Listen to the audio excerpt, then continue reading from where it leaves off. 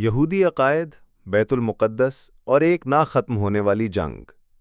یہودیت دنیا کے قدیم ترین مذاہب میں شمار ہوتی ہے، مگر اس مذہب کی بنیاد میں ایک ایسا عقیدہ موجود ہے جو دنیا کے امن کے لیے مسلسل چیلنج بنتا جا رہا ہے۔ یہودی خود کو خدا کی چنی ہوئی قوم سمجھتے ہیں۔ ان کے عقیدے کے مطابق اللہ تعالیٰ نے حضرت موسیٰ علیہ السلام کو ان کی قوم کی ہدایت کے لیے بھیجا اور تورات کے ذریعے انہیں ایک خاص شریعت عطا کی۔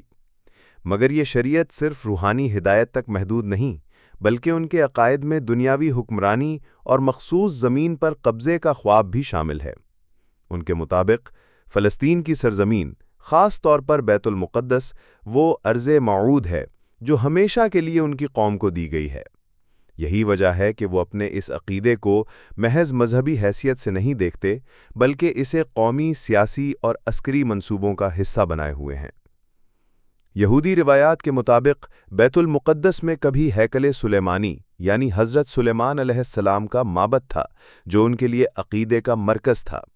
ان کا دعویٰ ہے کہ اس معبد کی باقیات آج بھی دیوار گریہ کی صورت میں موجود ہیں۔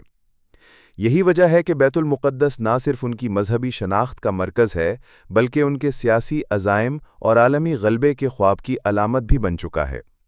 یہودی عقیدے میں یہ بھی شامل ہے کہ ایک دن ان کا مسیح موعود ظاہر ہوگا جو دنیا بھر کے یہودیوں کو جمع کرے گا، بیت المقدس میں تیسرا معبد تعمیر کرے گا اور پوری دنیا پر یہودی حکومت قائم کرے گا۔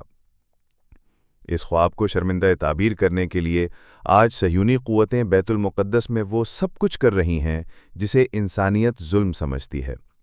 ہزاروں فلسطینیوں کو ان کے گھروں سے نکالا جا رہا ہے، مسجد اقصیٰ پر بار بار حملے کیے جاتے ہیں، اور انتہا پسند یہودی تنظیمیں کھلے عام اعلان کرتی ہیں کہ وہ مسجد اقصیٰ کو گرا کر وہاں تیسرا معبد تعمیر کریں گے۔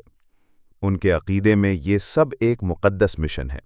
ان کے لیے انسانی جان، بین الاقوامی قوانین، اقوام متحدہ کی قراردادیں، یہ سب اس خدا کے وعدے کے آگے کوئی حیثیت نہیں رکھتیں جسے وہ اپنی خاص قوم کے ساتھ منسوب کرتے ہیں۔